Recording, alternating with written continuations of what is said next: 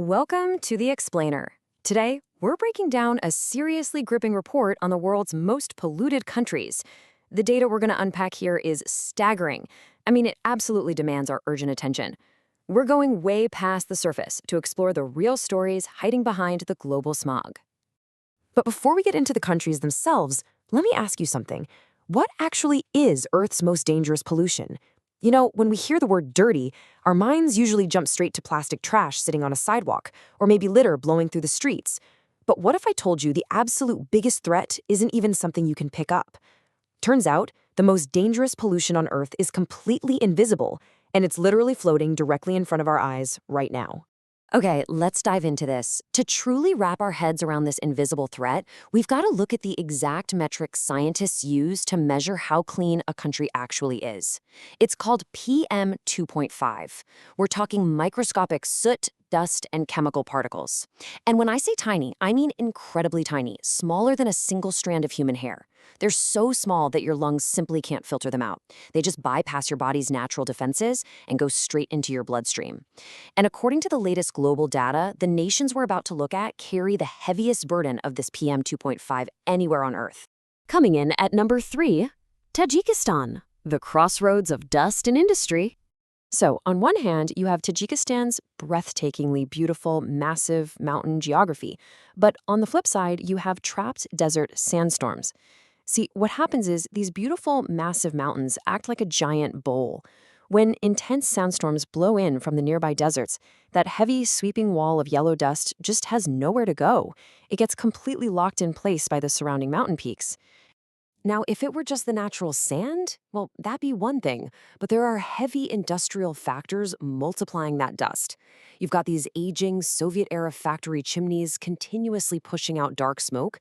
You have a massive reliance on coal power, and right down on the ground level, heavy cargo trucks are constantly kicking up these thick clouds of white dust on unpaved roads. So when you combine that naturally trapped desert sand with all these aging industrial factors, man, the air quality just plummets. And I really want to hit you with the sheer scale of the problem here. Look at this number, 11 times. Because of that trapped combination of geography and industry, pollution levels in Tajikistan regularly climb to over 11 times what the World Health Organization considers safe. It's a breathtaking landscape for sure, but unfortunately for all the wrong reasons. Let's move on to our next country and see how this builds. Number 2, Bangladesh, the price of a booming economy. And this brilliantly illustrates a really harsh dual reality.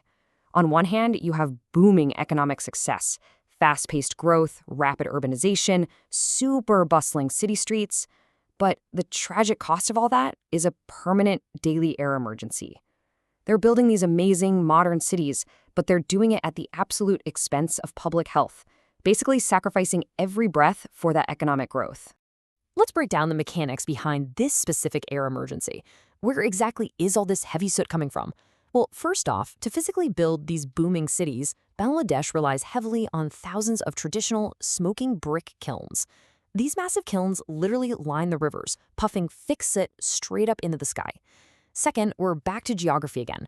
Bangladesh has a very low-lying geography, which creates this massive vulnerability where pollution from surrounding nations actually gets trapped right over the country. So they're essentially importing foreign smog right on top of their own industrial exhaust. We're going to pause on this alarming figure for a second because it is just staggering. Toxic particle levels in Bangladesh spike to over 13 times the global safety standards. 13 times! For the folks living there, especially in super crowded cities like Dhaka, this isn't just a bad weather day. It's a permanent emergency. And that brings us to number 1, Pakistan, the smog capital. Now, what's really interesting about this slide is how it breaks down the literal toxic ceiling residents in major hubs like Lahore live under during what locals call smog season. It's driven by 3 distinct factors. First, you've got millions of vehicles running on low-grade fuel exhaust. Second, you have heavy, unregulated industrial smoke just pumping into the air. And third, there's widespread agricultural stubble burning, where these massive farming fields are set on fire to clear them out. This whole toxic mix creates an apocalyptic, thick, yellow-white fog where the sun literally looks like a faint light bulb in the middle of the day. To truly understand the physiological impact of this, consider this. At its absolute worst, breathing Lahore's air for just 24 hours does the exact same damage to your body as smoking an entire pack of cigarettes. Let that sink in. Just existing, just taking a breath in that yellow-white fog for one single day equates to a whole pack of cigarettes. It is incredibly dangerous to the human body. The next chapter, Hope in Action for Clean Air. I know, these facts are heavy, and the imagery is undeniably apocalyptic. But look, the final chapter of this story isn't written yet. These nations are actively fighting back to clear the fog. So what does that action actually look like? Well, it looks like massive urban tree planting drives in city parks, spearheaded by everyday community volunteers. It looks like technicians getting up there and installing clean solar panels on rooftops to cut reliance on dirty power grids. And it involves implementing much stricter rules on that factory smoke we talked about earlier. Because true progress isn't just about building towering cities in a booming economy. It means ensuring we can actually breathe the future we build. I want to leave you with this really powerful thought. Clean air is a human right. It's not a luxury. It is an absolute fundamental necessity for every single person on this planet.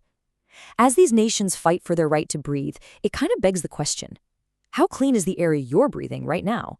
And what price is your own city paying for its progress? Thanks so much for joining me on this explainer, and I'll catch you next time.